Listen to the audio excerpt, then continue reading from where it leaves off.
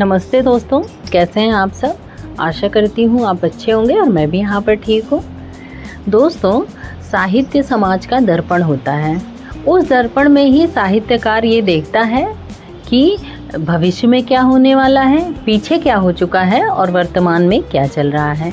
तो आज मैं आपके सामने एक ऐसा लघु उपन्यास लेकर आई हूँ जो ममता कालिया जी द्वारा लिखा गया है, जो आज के 25 वर्षों पूर्व लिखा गया, लेकिन आज के समय में बिल्कुल एकदम प्रासंगिक है और वैसा हो रहा है जैसा उस उपन्यास में लिखा हुआ है। जो नए पाठक हैं, जो अभी अभी पढ़ना शुरू किए हैं, उनके लिए लघु उपन्यास बहुत ही अच्छा है। क्यों अच्छा है मैं उसको बताती हूँ। क्योंकि ये बहुत छोटा है, इसमें कम पन्ने हैं और उसको आराम से वो पढ़ सकता है और कनेक्ट कर सकता है उससे, क्योंकि ये आधुनिकता को पूरी तरह अपने अंदर समाहित किया हुआ है। और यह लघु उपन्यास पढ़ने के बाद उनको ये नहीं महसूस होगा कि ये 25 साल पहले की कहानी है। ये कहानी है राकेश और रेखा की, दोनों के बच्चों की, पवन और सगन की।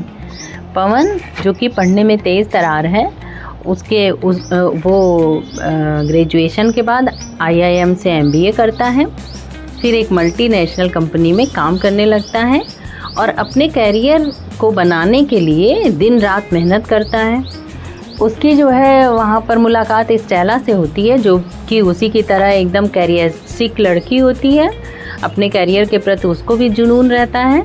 दोनों लिव इन में रहते हैं और माँ बाप से विवाह की अनुमति मात्र लेते हैं केवल, और अपने मन से शादी कर लेते हैं।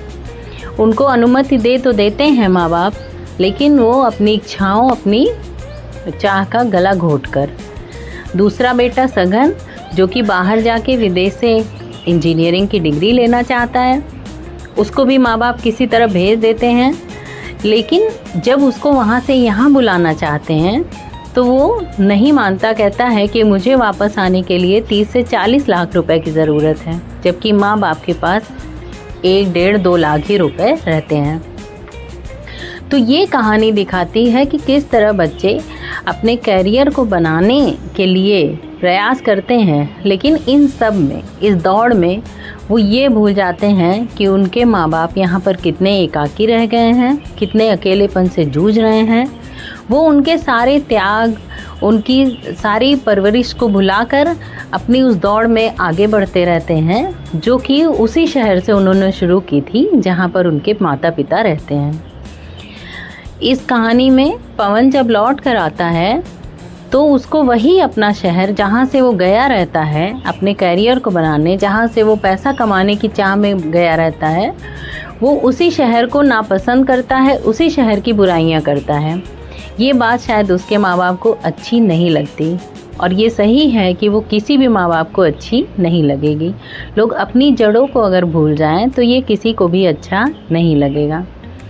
यहाँ तक कि इस कहानी में जो आज के समय में हो रहा है कि माँ बाप अकेले हैं और एकाकीपन से जूझ रहे हैं, और उनके बेटे, बहू, बेटी, दामाद अगर वो बाहर शिफ्ट हैं, विदेशों में हैं, तो वो उनके अंतिम संस्कार तक में शामिल नहीं हो पाते हैं, बल्कि वहाँ से केवल एक फ़ोन कॉल द्वारा कह देते हैं कि वहीं पर देख लीजिए, वहीं पर कर दीजिए, हम आ नहीं पाएंगे। ये एक बहुत बड़ी विषम समस्या है जिससे हमारा समाज आजकल जूझ रहा है। क्योंकि हमारा देश भारत ऐसा देश है कि जहाँ सब वसुधैव कुटुम्बकम के भाव से लोग एक दूसरे की मदद करते हैं, और शायद अगर ऐसा ना होता, ऐसी सोच ना होती हमारे देश की, तो यहाँ विदेशों से भी बुरा हाल होता। दौड़ उपन्यास इसी कहानी के ताने बाने को दिखाता है, और आप ये पढ़ेंगे तो आपको ये नहीं लगेगा कि आपने कोई 25 साल पहले की ऐसे उपन्यास को पढ़ा है जो आज के समय में प्रासंगिक नहीं है।